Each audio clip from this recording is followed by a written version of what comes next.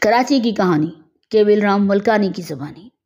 1843 میں جب انگریزوں نے سندھ کا نظم و نسق سنبھالا تو دریا کے دونوں کناروں پر ریتیلے میدانوں کے سوا کچھ نہ تھا، جن کے درمیان میں کہیں کہیں سرسبز زمین تھی۔ کراچی محض ایک چھوٹا سا تجارتی قصبہ تھا اور ریاست کے دارالحکومت حیدرآباد تک کے مکانات اس قسم کے تھے کہ انہیں کٹیاؤں کے سوا کچھ نہ کہا جا سکتا تھا۔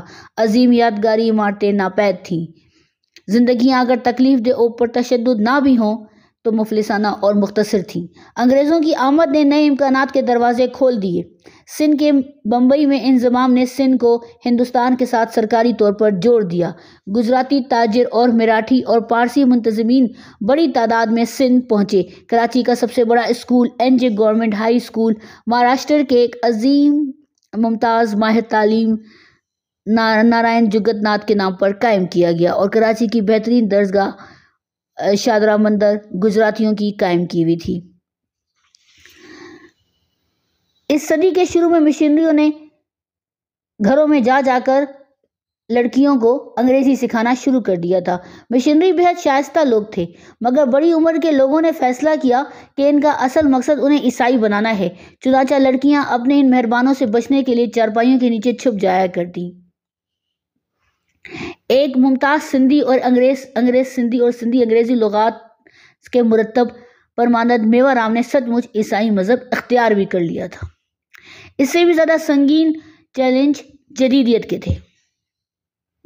ان چیلنجوں کے جواب میں ابھرنے والی سب سے ممتاز شخصیت حیدرآباد کے مکھی شوقی رام نندی رام آڈوانی کے بیٹے نول رائے کی تھی۔ اپنی قابلیت، دیانت اور لگن کی بدولت انہوں نے کلرک کے منصب سے ڈپٹی کلکٹر کے عہدے تک ترقی کی، جو اس زمانے میں کسی ہندوستانی کے لیے اعلیٰ ترین عہدہ تھا۔ نول رائے اور ان کے دوستوں نے سبھا کا نام بدل کر سندھ سبھا رکھ دیا اور پورے جوش و خروش کے ساتھ لڑکوں اور لڑکیوں کی تعلیم پر توجہ مرکوز کر دی۔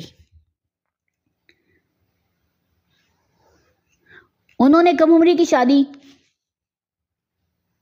شراب نوشی، قمار بازی اور غلیظ زبان کے استعمال کے خلاف زبردست مہم چلائی، جس نے سندھ کے معاشرے پر گہرے اثرات چھوڑے۔ بدقسمتی سے دونوں بھائی زیادہ دیر زندہ نہ رہے اور 1893 میں چند مہینوں کے عرصے میں چل بسے، لیکن انہوں نے معاشرے میں ایک نئی امید جگا دی تھی اور ایسے نمونے قائم کر دیے تھے جن سے رہنمائی حاصل کی جا سکتی تھی۔